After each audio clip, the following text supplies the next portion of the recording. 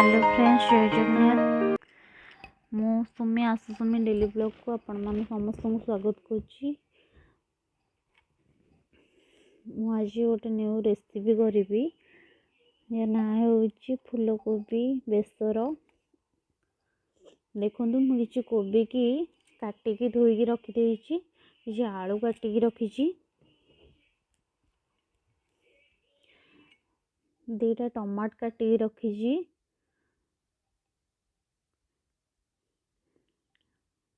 देखो बेसर बाटिक भी रखिदे।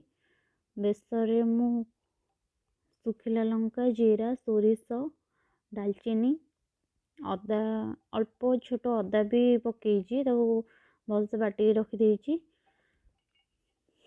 किसी अदा को छेचिकी रखी, हलदी गुंडा गोटे चमच, धनिया गुंडा गोटे चमच, जीरा गुंडा गोटे चमच, सब्जी मसला 2 चमच, लंका गुंडा गोटे चमच नहीं। एपटे मु गैस रे कड़ाई बसई देछि। कड़ाई टिके ताती गलानी, तेल किछि पकेबा कोबी भाजीबा पई।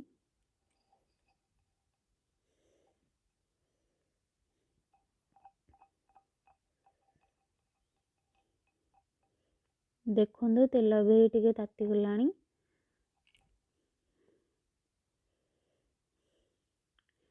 तापर कोबी पकई देली।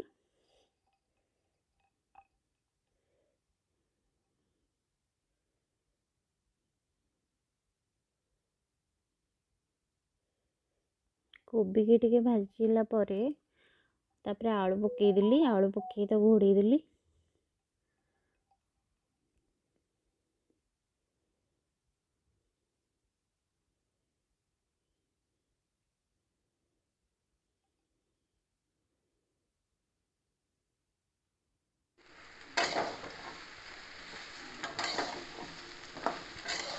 देखो कोबी आलू भजा केमती देखा हो गलानी। एबे देखो गोटे जगह को मुझे काढ़ीदेली।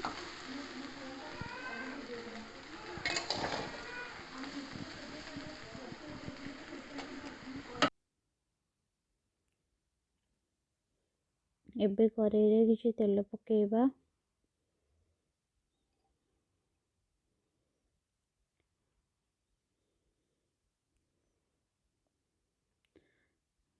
तादेहरे किछि मु चीनी पकईछि कलर पाई।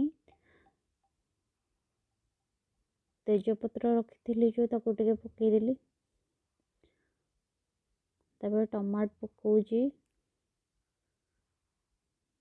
देखो टमाट एबे सिझी गलानी। तापर अदा पकईली,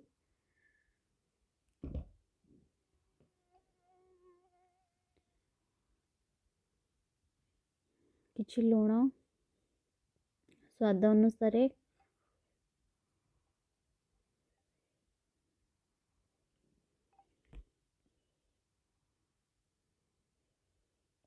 तापर हलदी गुंडा पकईली।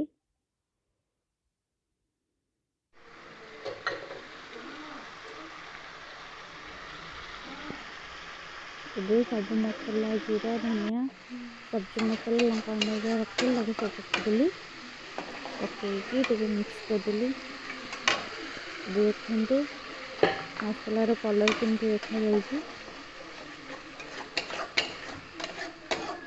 तापर रखिଥିବା बेसर को पकईदेली।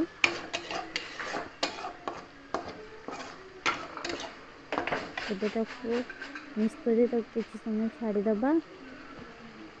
मसला प्रस्तुत हो गलानी। तापर कोबी पकईदेवा। कोबी आलू भाजी थी जो पकईदेली। ताको किसी समय कषाई छाड़ीदबा।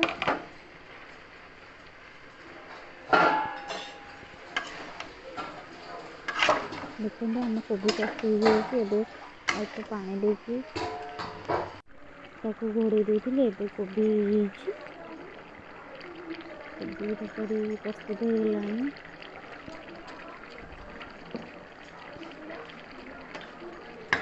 किसी धनिया पत्र काटिक रखी पकईदेली।